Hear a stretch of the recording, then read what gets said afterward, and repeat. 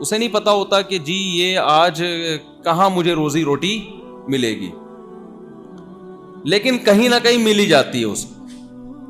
پھر مثال دی ہے پرندے کی، تو نبی صلی اللہ علیہ وسلم نے جو پرندے کی مثال دی ہے نا، یہ ایسے ہی مثال نہیں ہے، یہ پیغمبر کی مثال ہے، اس میں کوئی خاص باتیں ہیں، کچھ خاص اسباق ہیں۔ دیکھو پرندے کے ساتھ ہوتا کیا ہے، پرندہ جب اکیلا ہوتا ہے، وحدہ لا شریک لہ، اکیلا ہوتا ہے، صبح نکلتا ہے، کتنی روٹی ملتی ہے اس کو، شام کو جب آتا ہے تو اپنا پیٹ اس کا بھرا ہوا ہوتا ہے، ایسا ہی ہے کہ نہیں؟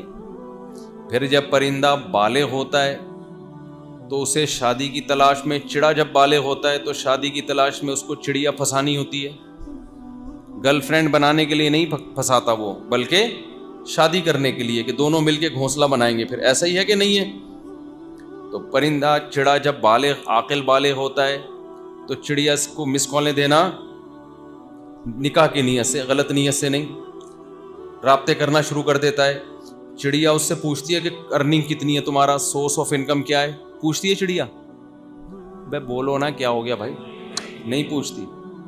چڑا یہ دیکھتا ہے کہ یار میں صبح نکلتا ہوں تو میرا ہی پیٹ بھرتا ہے، اگر میں چڑیا سے شادی کروں گا تو اس کا پیٹ کون بھرے گا؟ پھر جب ہمارے بچے ہوں گے ان کا میں کھانا دانا پانی کا انتظام کہاں سے کروں گا؟ پھر مجھے جب میری بیوی آئے گی چڑیا، اور جب چڑیا کے انڈے بچے ہوں گے تو 12 گھنٹے تو یہ انڈوں پہ یہ بیٹھے گی، اور کچھ جانور ایسے ہیں جن میں نر بھی انڈوں پہ بیٹھتا ہے، شکر کرو ہم لوگ ان میں نہیں ہیں۔ کیا خیال ہے؟ انسانوں میں یہ سسٹم نہیں چل رہا، ورنہ آج صاحب آفس نہیں آئے جی، وہ انڈوں پہ بیٹھے ہوئے ہیں آج، یہی ہوتا نا، یہ تو اللہ نے بچا لیا، اللہ کا بڑا فضل ہو گیا۔ کبوتر میں ایسا ہوتا ہے 12 گھنٹے کبوتر بیٹھتا ہے انڈوں پہ، 12 گھنٹے کبوتریاں بیٹھتی ہے، اور ایسے ٹائم دیکھ کے پوری ڈیوٹی پوری کرتے ہیں، 12 گھنٹے وہ جائے گا کمانے کے لیے، پھر وہ آئے گا 12 گھنٹے پھر وہ جائے گی۔ اب آپ یہ دیکھو کہ جب یہ کبوتر ہے یا چڑیا چڑے یہ کیا کرتے ہیں، اب جب بالغ ہونے کے بعد ان کی شادی ہوتی ہے تو یہ فیوچر میں ان کو گھر بھی چاہیے ایک مناسب، کیونکہ بچوں کے لیے گھر کی ضرورت ہے، بچوں کو بلی بھی کھا سکتی ہے، دوسرے پرندے بھی کھا سکتے ہیں، سردی گرمی سے جلدی مرنے کا چانس ہوتا ہے بچوں کا، لہذا ان کو گھر چاہیے۔ آپ مجھے بتاؤ کیا چڑا یہ سوچتا ہے کہ جب تک میں گھر نہیں بنا لوں گا، اپنے پاؤں پہ کھڑا نہیں ہو جاؤں گا، میں چڑیا سے شادی نہیں کروں گا کیونکہ آگے بچے تمہارا باپ سنبھالے گا؟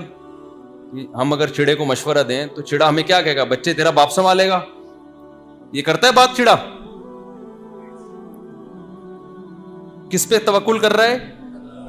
حدیث میں ہے نا، نبی نے مثال پرندوں کی دی نا، کہتا ہے یار شادی ہونے تو پھر دیکھا جائے گا۔ اب جب ان کی شادی ہوتی ہے، انڈے دینے کا ٹائم آتا ہے، اب ان کو چاہیے پلاٹ، کوئی گھر چاہیے، انتظام ہوتا ہے کہ نہیں ہوتا ان کے لیے پلاٹ کا؟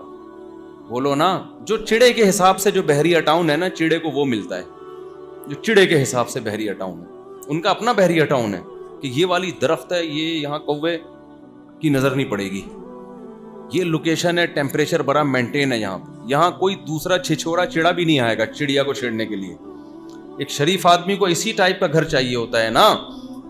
مجھے لگ رہا ہے آپ لوگ کی سمجھ میں نہیں بات آ رہی۔ پھر وہ کیا کرتا ہے بھائی، پھر وہ اللہ تعالیٰ اس کو سکھا دیتے ہیں گھونسلہ بنانے کا طریقہ، وہ تن کے اٹھا کے لاتے ہیں، یہ ان کے سریا آ رہا ہے، سیمنٹ بجری آ رہا ہے، وہ جو تن کے اٹھا کے لاتے ہیں نا، سریا جتنا مہنگا مرضی مہنگا ہو جائے، چڑا پھر بھی گھر بنا لیتا ہے۔ پھر وہاں کیا کرتے ہیں، اب چڑا یہ نہیں سوچتا جب بچے ہوں گے تو میں تو ابھی صبح 6 بجے نکلتا ہوں اور شام کو 6 بجے آتا ہوں، میرا پیٹ بھرتا ہے، تو آدھا دن تو جیسے کبوتر ہے وہ کہ آدھا دن تو مجھے بیٹھنا پڑے گا انڈوں پہ، ابھی میں 12 گھنٹے ورک کرتا ہوں تو اپنا پیٹ بھرنے کے قابل، تو میرے تو ورک 12 گھنٹے سے کم ہو کے 6 گھنٹے پہ آ جائے گا، اور ذمہ داری کس کی بڑھے گی؟ ذمہ داری ڈبل ہو جائے گی، بچے بھی پیدا ہو جائیں گے، تو کمانے کا ٹائم کم ملے گا اور کھانے والے زیادہ۔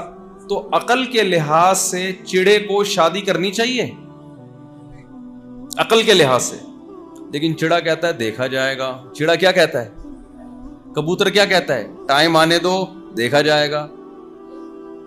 تو کیا ہوتا ہے, جیسے ہی انڈے بچے دینے کا ٹائم آتا ہے, قدرت اللہ تعالیٰ آسمانوں پہ بیٹھا ہوا غافل نہیں ہے, وہ کبوتر کے دماغ میں, کبوتریا کے دماغ میں یہ بات ڈالتا ہے کہ تم نے تنکے اٹھا کے لانا ہے, فلاں جگہ ایک بہترین لوکیشن ہے گھر بنانے کے لیے. اللہ اس کو دکھا دیتے ہیں. یہ کون کراتا ہے اس کے لیے؟ اللہ اس کے دماغ میں ڈال دیتا ہے. پھر وہ کبوتر کبوتریا جاتے ہیں, گھونسلہ بناتے ہیں, کبوتری انڈے دیتی ہے. پھر کیا ہوتا ہے, 12 گھنٹے یہ 12 گھنٹے وہ اس پہ بیٹھتے ہیں. یہ سارے کام کون سکھا رہا ہے ان کو؟ کیا انہوں نے یونیورسٹی میں پڑھا ہوتا ہے یہ سب کچھ؟ یا کسی نے ان کو کوئی ویڈیو دکھائی ہوتی ہے کہ ایسے گھر بنانا ہے؟ پھر کیا ہوتا ہے, جب ان کے بچے نکلتے ہیں تو وہ اپنا بھی کھاتے ہیں اور بچوں کے لیے بھی دانا لے کر آتے ہیں. پھر بچے جب تھوڑے سے سمجھدار ہوتے ہیں, کہتے ہیں چلو اب گھر سے باہر نکلو, اب خود کماؤ خود کھاؤ. یہ ایک سسٹم ہے کس کا؟ پرندوں کا. اس سسٹم میں نبی نے مثال دے کے سمجھا دیا کہ پرندہ اللہ پہ توکل کرتا ہے, کیلکولیٹر لے کے نہیں بیٹھا ہوتا. تو جو اللہ پہ توکل کرے گا, جیسے پرندے کی ساری بنیادی ضرورتیں پوری ہوتی ہیں تو انسان کی بھی ساری بنیادی ضرورتیں پوری ہوں گی.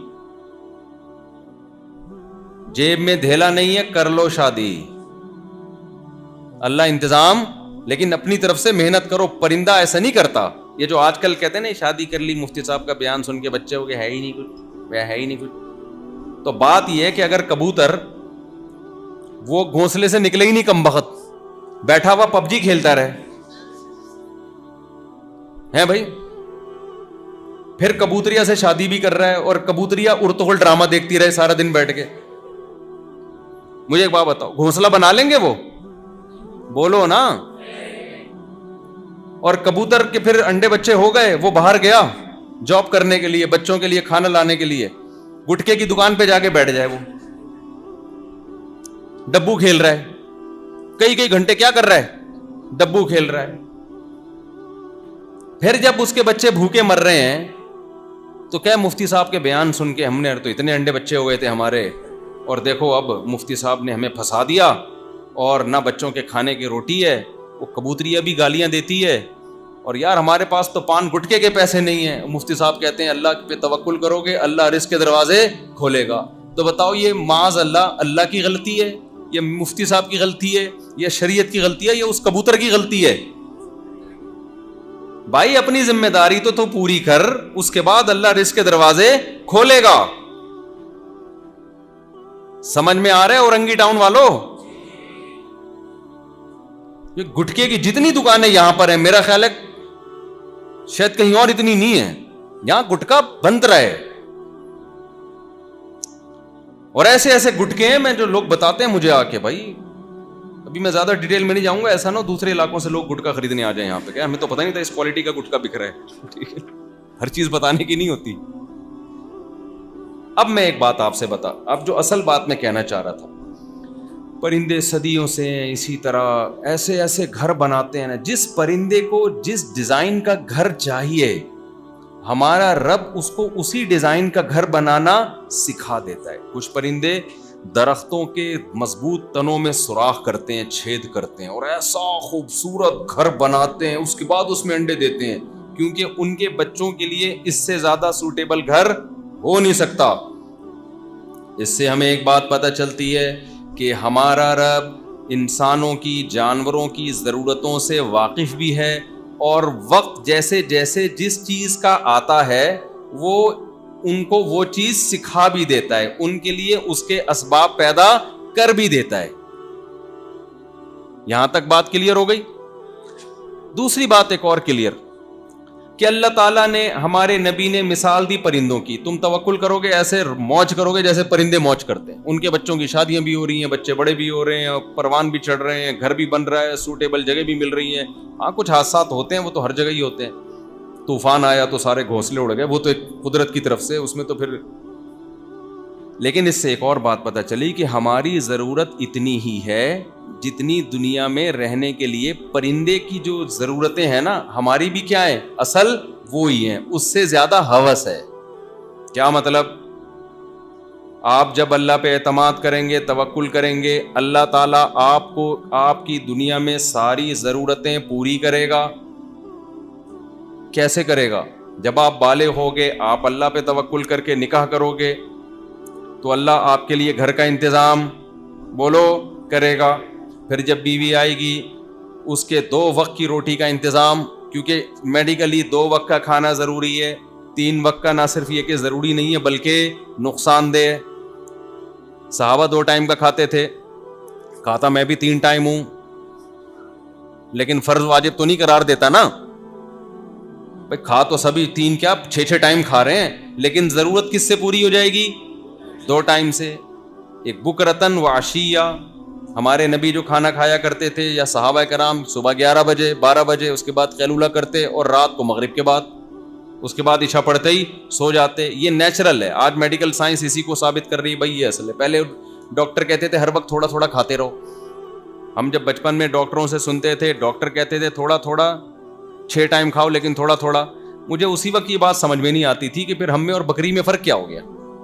وہ بھی ہر وقت کھاتی رہتی ہے، جگالی کرتی رہتی ہے، ہم بھی کھاتے رہے. اور ہم صحابہ کی سیرت میں دیکھتی تھے 2 ٹائم. قرآن کہہ رہے 2 ہم کہتے ہیں نا 2 وقت کی روٹی، 2 وقت. یہ تو عرف میں کہا جاتا ہے 2 ٹائم کی روٹی. اس کا مطلب انسان کے لیے بنیادی ضرورت کیا ہے؟ 2 ٹائم. تو اس سے پتہ چلتا ہے میرے بھائی، ہماری بنیادی ضرورت یہ ہے کہ ہم جب بالغ ہوں تو ہمیں ایک عدد بیگم چاہیے تاکہ ہم برائیوں کی طرف بولو نہ جائیں. پھر ہم اپنی ذمہ داری پوری کریں. اللہ کہہ رہے بیگم بھی دلا دوں گا. اس کے بعد تمہارے لیے سوٹیبل مناسب درجے کے گھر کا انتظام بھی. کبوتر کو گھونسلہ چاہیے، انسان گھونسلوں میں نہیں رہ سکتا. اس کو سیمنٹ بجری کا مکان چاہیے، مٹی کا مکان چاہیے، ذاتی ہو یا رینٹ پر ہو، لیکن سر چھپانے کی جگہ چاہیے. اللہ کہتے ہیں محنت کرتا رہے گا، سر چھپانے کی جگہ تجھے مناسب مل جائے گی. اس کے بعد اس کے بچے ہوتے ہیں، ان کے لیے رزق چاہیے. کیا خیال ہے؟ تو اللہ میاں کہتے ہیں ان کے لیے رزق کا انتظام میں کر دوں گا. اور اللہ میاں نے صرف زبانی دعوے نہیں کرے بلکہ اس کو پورا کر کے بھی دکھا دیا. کیسے پورا کیا؟ اب بچہ جب ماں کے پیٹ میں ہوتا ہے، ماں روٹی کھاتی ہے، اس سے بچے کی آنکھ بن رہی ہے، اسی روٹی سے بچے کی ناک بن رہی ہے، اسی روٹی سے بچے کے کان بن رہے ہیں، اسی روٹی سے بچے کی زبان بن رہی ہے، اسی روٹی سے بچے کا دماغ بن رہا ہے. یہ ساری چیزیں کون کر رہا ہے؟ ڈاکٹر کر رہے ہیں، سائنسدان کر رہے ہیں؟ یہ تو اللہ کر رہا ہے میرے بھائی. کمال کی بات ہے، ادھر بچہ مارکیٹ میں آیا، بچہ مارکیٹ میں جیسے ہی آیا ہے، وہی روٹی سے اللہ ماں کی چھاتیوں میں دودھ پیدا کر رہا ہے بھائی. کمال کی بات ہے یا نہیں ہے؟ دودھ کو دیکھو، روٹی کو دیکھو. ماں کھاتی روٹی ہے، بنتا کیا ہے؟ دودھ. کسی کا باپ بنا سکتا ہے دودھ سے روٹی؟ دیکھو ابے تبے پہ آنا پڑتا ہے سمجھانے کے لیے نا. اس کے بغیر آج کوئی بات سمجھتا. آپ کسی سے پیسے نکلوانے ہوں، 1 لاکھ روپے آپ نے وسیم بھائی کو قرضہ دیا، جو وسیم یہاں بیٹھے ہوئے ان سے پیش کی معذرت، ان وسیم کے علاوہ وسیم کی بات کر رہا ہوں میں. کسی نے بیان میں کمنٹس کیے ہوئے تھے یہ وسیم مفتی صاحب کے کوئی رشتہ دار ہے؟ صحیح ہے نا. آپ نے وسیم بھائی کو 1 لاکھ روپے دیے، 6 آدمی گواہ ہیں، سب کو پتا ہے قرضہ دیا. آپ 1 مہینے بعد واپس لینے جاؤ گے. پاکستان کا وسیم بھائی اگر ہوگا تو دے گا کہ وسیم بھائی 1 مہینے پہلے آپ نے لیے تھے، یہ پیپرز ہیں، یہ انگوٹھا ہے. یہ میرے سے ایک بندہ پیسے لے کر گیا تھا نا، اس ٹائم پیپر پہ انگوٹھے بھی لگوا لیے میں نے اس سے، بزنس کے نام پہ لے گیا تھا. اس کے بعد مارکیٹ سے کیا ہوا؟ شارٹ. میں انگوٹھے لے کے گھومتا رہا، تھانوں میں گیا، یہ انگوٹھا ہے بھائی. تھانے نے کہا کہ یہ انگوٹھا کیا کریں بس انگوٹھے کو؟ میں نے کہا ثبوت ہے، شناختی کارڈ بھی تھا، انگوٹھے بھی تھے. اس کے بعد 2 سال کے بعد میں نے وہ انگوٹھے پھاڑ دیے. میں نے کہا حسرت ہو رہی ہے اس کو دیکھ دیکھ، کسی کا باپ بھی نہیں نکال سکتا تمیز سے پیسہ. تو آپ جب وسیم بھائی کے پاس جاؤ گے، بولو گے بھائی تیرا باپ بھی دے گا، پھر دے دے گا شاید. وہ کیا خیال ہے؟ شرافت سے دے گا؟ کوئی بھی نہیں دیتا. اس کے بعد آپ بولو گے تیرا باپ بھی دے گا، پھر دے گا. ہو سکتا ہے ڈر جائے دے دے. تو اس لیے یہ ابے تبے باپ کی مثالیں تو لوگ اعتراض کرتے ہیں مفتی صاحب کیا بیان پہ ابے تبے. بھائی بات سمجھ میں بھی آج کل ایسے ہی آتی ہے. تو مجھے ایک بات بتاؤ، ماں کی چھاتیوں میں دودھ اسی روٹی سے پیدا ہوتا ہے. کیا دنیا میں کوئی ڈاکٹر، جاپان کے سائنسدان، امریکہ کے سائنسدان، فرانس کے سائنسدان روٹی سے چند منٹوں میں گھنٹوں میں دودھ پیدا کر سکتے ہیں. ہمارا رب بچہ پیدا ہوتے ہی ایسے سافٹ ویئر ماں کے پیٹ میں انسٹال ہو جاتے ہیں, یا ایسے سافٹ ویئر حرکت میں آ جاتے ہیں جو ابھی تک ایک قطرہ دودھ کا پیدا نہیں ہو رہا تھا, ادھر بچہ آیا اور دے دنادن دودھ پیدا ہونا شروع. کمال ہے. اس کا مطلب وہ جو اوپر بیٹھا ہوا رب ہے وہ ہم سے غافل نہیں ہے, وہ سب دیکھ رہا ہے کس کی شادی ہو رہی ہے, کس کے بچے ہو رہے ہیں, کس کی کیا ضرورت ہے, کتنے ہو رہے ہیں, وہ سب کیا کر رہا ہے, دیکھ رہا ہے. تو ٹینشن لینے کا کیا ہے بھائی؟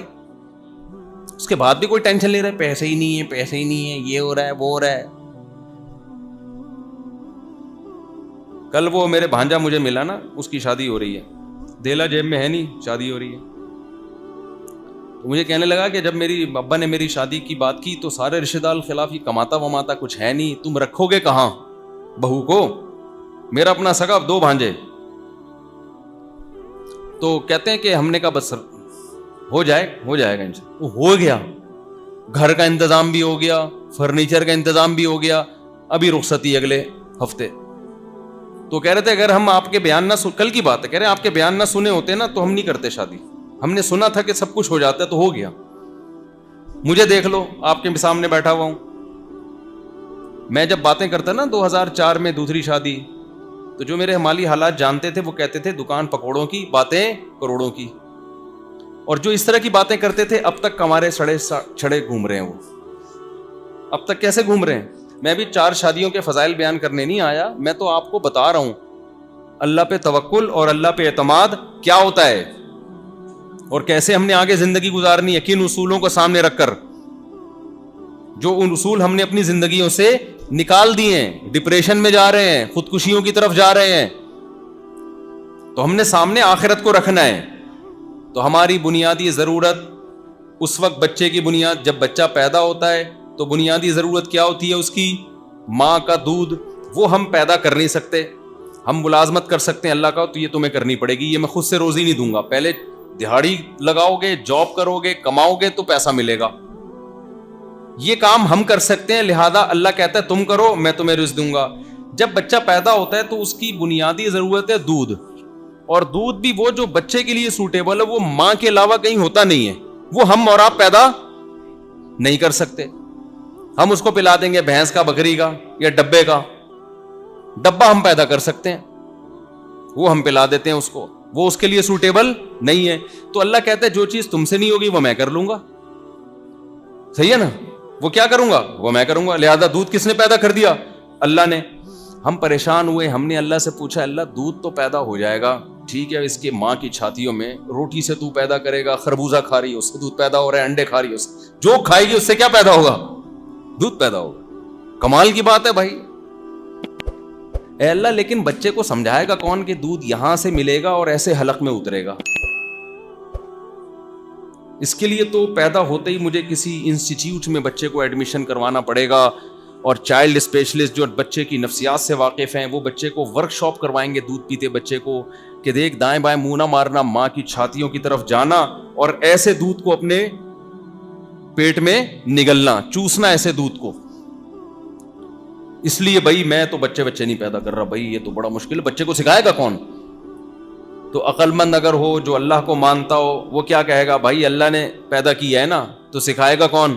جو کام تو نہیں کر سکتا. بچے کے لیے کون سی ورک شاپ ہے بھائی جہاں بچے کو سکھایا جائے؟ اتنا سا بچہ وہ کیسے سیکھے گا؟ تو اللہ میاں نے کیا کیا, بچہ پیدا ہوتے ہی اتنا گھنا, اتنا ڈیڑھ ہوشیار پیدا ہوتا ہے, اس سے کچھ پتہ نہیں ہوتا. لیکن آپ دیکھو بچے کی پیدائش کے وقت نا, بکری کے بچے کو دیکھ لو, پیدا ہوتے ہی تھنوں کی طرف منہ مارنا شروع. میں نے دیکھا بکری نے بچہ دیا, ادھر فوراً جا رہا ہے, تھن کدھر ہے بھائی, آتے ہی نا. میں نے کہا اس کو دیکھو, یہ تو ہم سے زیادہ ہوشیار ہے یار, آتے ہی دیکھ رہا بھائی تھن کدھر ملیں گے. بھائی تجھے اندر کون سکھا رہا تھا یہ سب باتیں بیٹھ کے؟ باہر آیا نہیں ہے اور ڈیڑھ ہوشیاری شروع.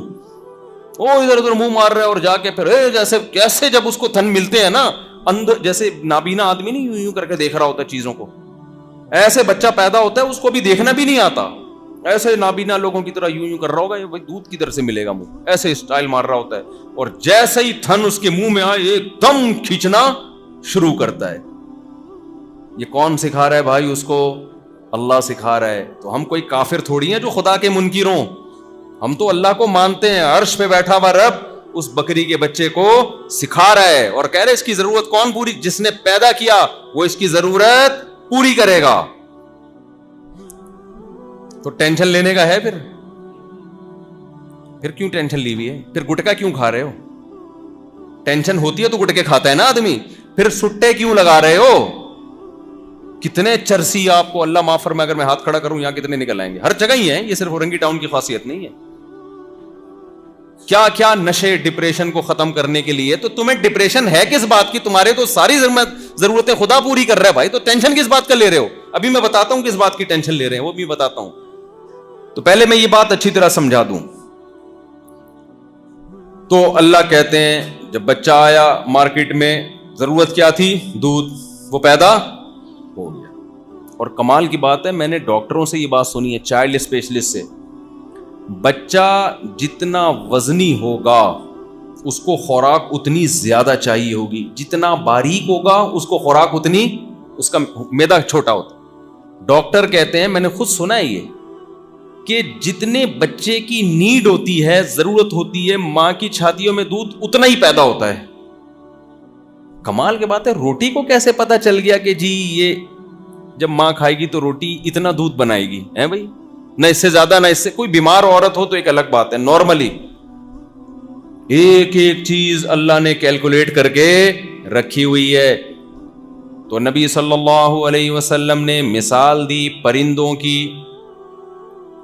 پرندے کی تمام بنیادی ضرورتیں پوری ہوتی ہیں. اس کا مطلب ہم اللہ پہ توکل کریں اور اپنی طرف سے محنت بھی کریں تو ہماری بھی تمام بنیادی ضرورتیں پوری ہوں گی.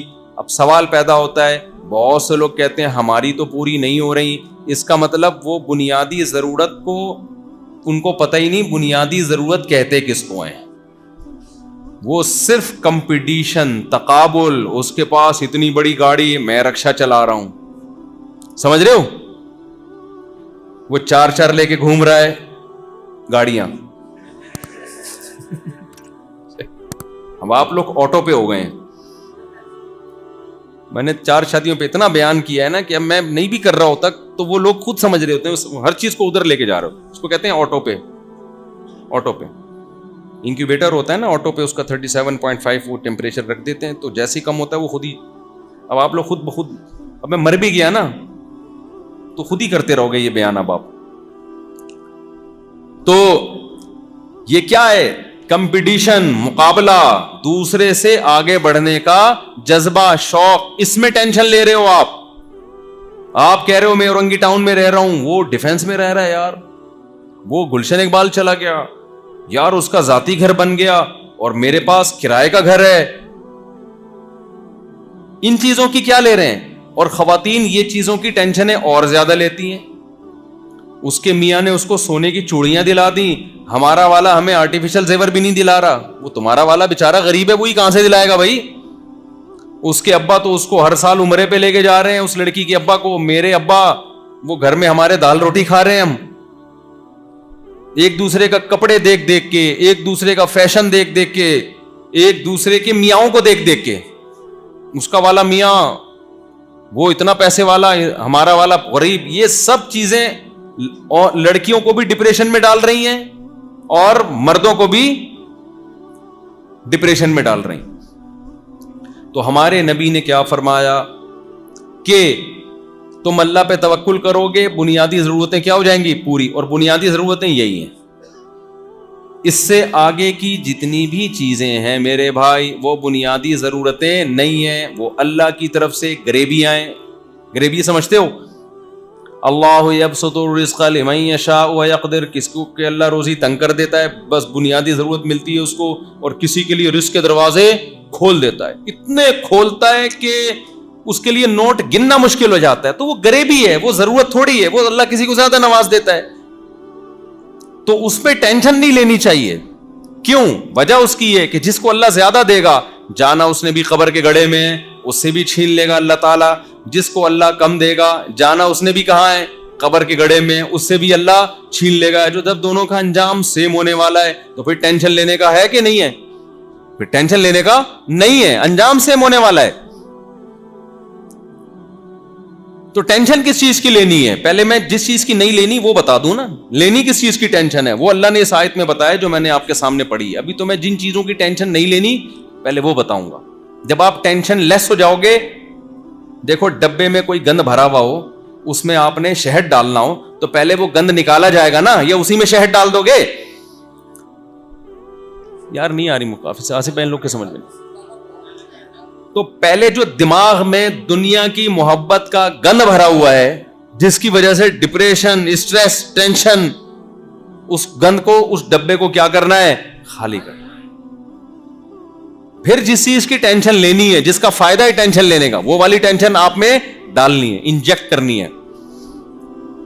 ایسا نہ ہو کہ آدھا بیان سن کے آپ لوگ چلے جائیں, دنیا کی ٹینشن نکل جائے اور وہ والی ٹینشن جو میں ڈالنا چاہ رہا ہوں وہ آئی نہیں. تو بالکل ٹینشن فری ہونے کا بھی نقصان ہے. ہمارے ایک استاذ گئے تبلیغ میں 1 سال کے لیے, بڑے موٹے ہو کے آ گئے, وہ بڑے مزاحیہ تھے. تھوڑا سا پیچھے ہو جائیں فریاد بھائی. تو ہمارے ایک استاذ تھے, تبلیغ میں گئے, 1 سال لگا کر بڑے لال سرخ موٹے تازے ہو گئے نا. وہ مزاحیہ بہت تھے. ہم نے کہا استاد جی آپ تو سال لگا کر آئے ہو, ماشاءاللہ آپ کی تو صحت ہی زبردست. انہوں نے کہا بھائی دیکھو 2 ٹینشنوں سے انسان دبلا ہوتا ہے, ایک دنیا کی ٹینشن سے, بیوی بچوں کی فکر, کمانے کی, اور ایک آخرت کی ٹینشن سے. تو کہتے میں جب تبلیغ میں نکلا تو بیوی بچوں کی ٹینشن تو ختم ہو گئی, آخرت کی پیدا نہیں ہوئی. آدھا کام ہوا, آدھا نہیں ہوا. کہہ رہے ہیں یعنی اپنی نالائقی بیان کر رہے تھے کہ بھائی میرا تبلیغ میں تو جب انسان جاتا ہے دنیا کی ختم ہوتی تو آخرت کی پیدا ہوتی ہے نا. تو کہہ رہے ہیں میں نالائق آدمی, میں جب گیا تو دنیا کی ختم تو ہو گئی, آخرت کی پیدا ہوئی نہیں, تو بالکل ٹینشن فری ہو کے آ گیا. تو کیا ہو گیا؟ موٹا ہو گیا میں. تو ایسا نہ ہو آپ آدھا بیان سن کے چلے جائیں, دنیا کی ختم ہو جائے اور جو میں چاہ رہا ہوں وہ والی نہ ہو, تو یہ مسئلہ خراب ہو جائے گا. پورا بیان سن کے جایا کریں. لوگ میرا 4 شادیوں کا بیان سن لیتے ہیں, جو حقوق والا بیان ہے اس دن وہ بیان میں آئے بھی نہیں ہوتے, جس میں بیویوں کے حقوق کی بات ہوتی ہے. لوگ میرا وہ بیان سن لیتے ہیں جس میں میں نے کہا ابا اگر شادی نہیں کر رہے تو کر لو شادی, خود سے کر لو. وہ والا نہیں سنتے جس میں ہوتا ہے کہ اپنے خرچے پہ. صحیح ہے نا؟ وہ پھر ابا کو سے زور ڈال کے پیسے لے رہے ہوتے ہیں, تو ابا کے خرچے پہ تھوڑی, اپنے خرچے پہ میں نے کہا تھا. اچھا بھائی, تو نبی صلی اللہ علیہ وسلم نے فرمایا کہ ایسے روزی ملے گی جیسے پرندوں کو. تو بیسک ضرورتیں تمام پرندوں کی ہم دیکھ رہے ہیں پوری ہوتی ہیں, بچے بھی بڑے ہو جاتے ہیں, اللہ یہ کہ کوئی حادثہ ہو جائے وہ تو پھر کوئی انتہا نہیں ہے حادثہ. جب اللہ ہی نہ چاہے کسی کو پنپنے دینا تو زلزلے بھی آئیں گے, سیلاب بھی آئیں گے, تو وہ تو پھر مالدار غریب اس میں برابر کے پستے ہیں. تو آج سے ایک کام آپ اپنے دماغ میں بٹھا لیں کہ ہم نے اپنی بنیادی ضرورتوں کو فوکس کرنا ہے, اور ہم میں سے کسی کی بیسک ضرورت پوری ہو گئی تو ہم نے زیادہ کی کوشش تو کرنی ہے, زیادہ کی ٹینشن نہیں لینی. کوشش کریں. کیوں؟ کوشش کی حدیث میں ترغیب ہے, المؤمن القوی احب الی اللہ من المؤمن الضعیف. نبی صلی اللہ علیہ وسلم نے فرمایا پاورفل مومن اللہ کو کمزور سے زیادہ محبوب ہے. علماء نے لکھا ہے اس میں جسمانی طاقت بھی ہے, معاشی اکنامکلی آپ مضبوط ہوں یہ طاقت بھی ہے, نالجیبل ہو آپ کے پاس نالج کی طاقت ہو یہ بھی ہے, کوئی فن کی طاقت ہو آپ کے پاس تو یہ بھی. تو کسی بھی لحاظ سے آپ اپنے آپ کو پاورفل بنانے کی کوشش کرو گے تو آپ اللہ کے محبوب سے محبوب تر بنتے چلے جاؤ گے. بنیادی ضرورتیں پوری ہو گئیں, اب ٹینشن لینے کی اجازت نہیں ہے. ہاں پاور سے پاور حاصل کرنے کی کوشش کرو گے اور اچھی بات ہے. اکثر میں اس موقع پہ اپنا ایک واقعہ سناتا ہوں. ایک تاجر مجھے ملے جن کی ماہانہ کم سے کم 1 کروڑ آمدن ہوگی. وہ پرانی بات ہے, اس وقت 1 کروڑ آج کے 10 کروڑ سمجھ لو آپ. بڑی فیکٹریوں کے مالک, تبلیغ والے تھے ماشاءاللہ, بڑی خوبصورت داڑھی ان کی, 5 وقت کے نمازی. میں نے ان سے کہا, میں نے کہا آپ کی اتنی آمدن ہے 1 کروڑ فرض کر لو, تو آپ اس کو بڑھا سکتے ہیں؟ انہوں نے کہا بڑے آرام سے بڑھا سکتا ہوں, میں 1 کو 2 کروڑ بھی کر سکتا ہوں, میرے پاس وسائل ہیں. تو میں نے کہا بڑھاتے کیوں نہیں؟ کہہ رہے ہیں کیا ضرورت ہے, دنیا مسافر خانہ ہے, یہاں سے ہم نے جانا ہے, کیا خیال ہے؟ تو دنیا سے دل یہ مٹی ہے, کھڑی مٹی, پڑی مٹی. تبلیغ والے بتاتے ہیں نا دیر آر 2 types of مٹیز. مٹی کی کتنی قسمیں ہیں؟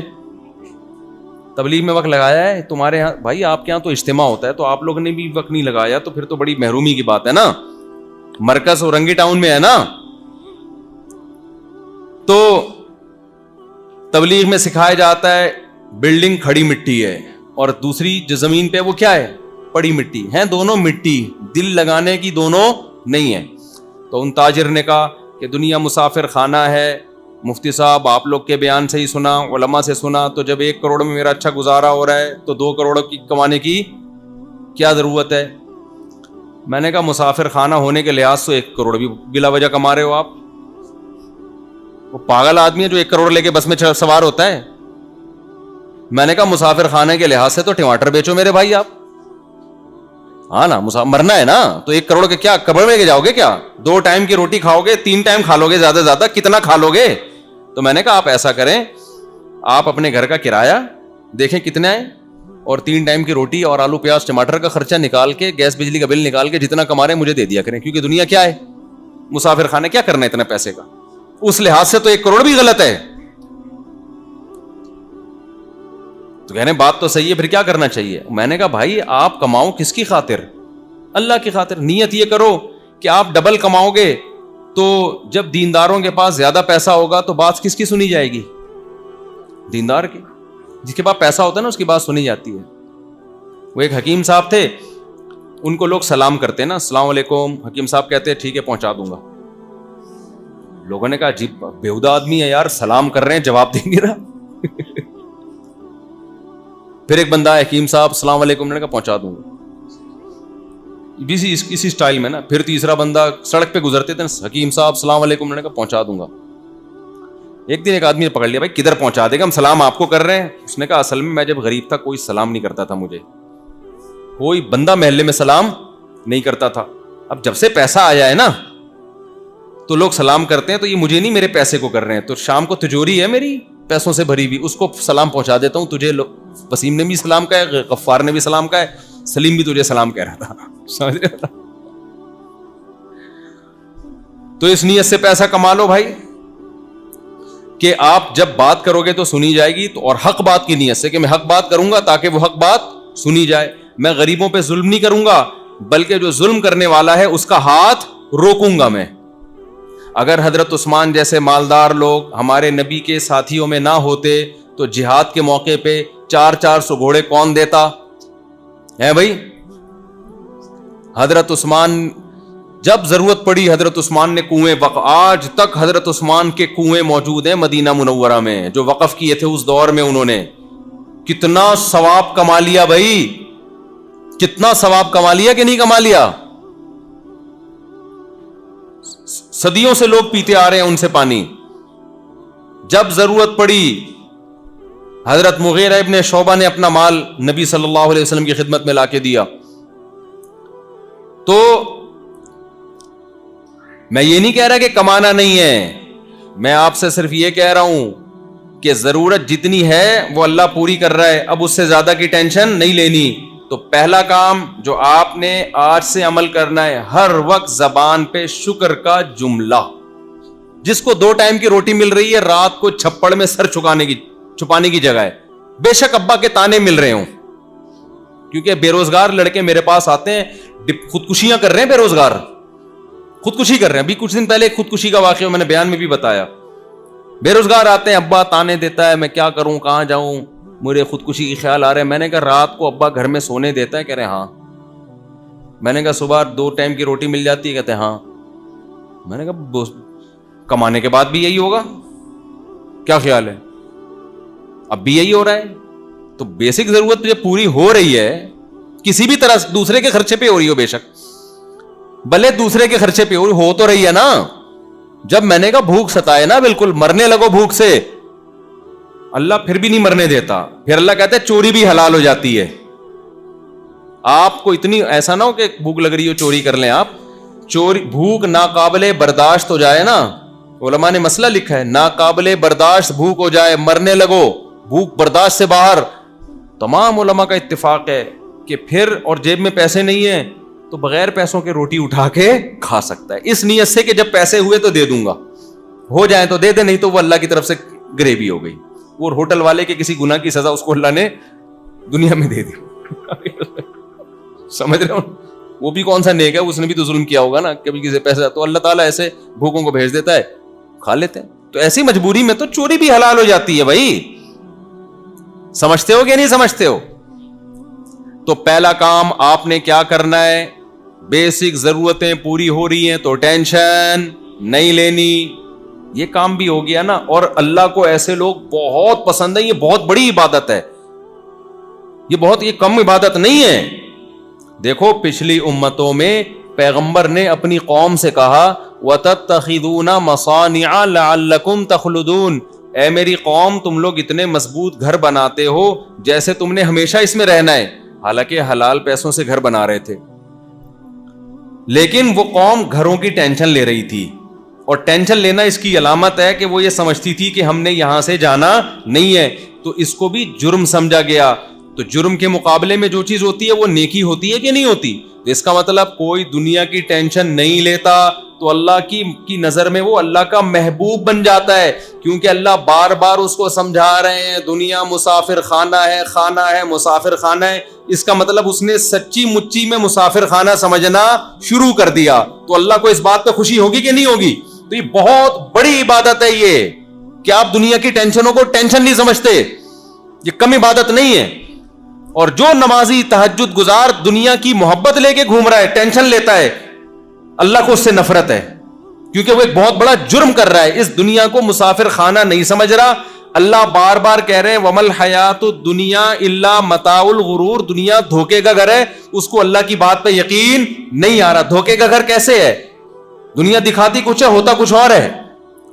آپ کا پاس پیسہ آنا شروع ہوگا, آپ کی عزت, آپ کی ترقی, آپ کی بلڈنگیں, اچانک بیٹھے بیٹھے ہارٹ اٹیک ہوا اور مارکیٹ سے شارٹ. دھوکا ہوا کہ نہیں ہوا؟ آپ تو سمجھ رہے تھے یار اب تو میری لائف کیا ہوئی ہے, اسٹارٹ ہوئی ہے, اب تو میری زندگی شروع ہوئی ہے. حالانکہ زندگی اب تمہاری ختم ہو رہی. کتنے میں نے اپنی زندگی میں واقعات دیکھے بھائی,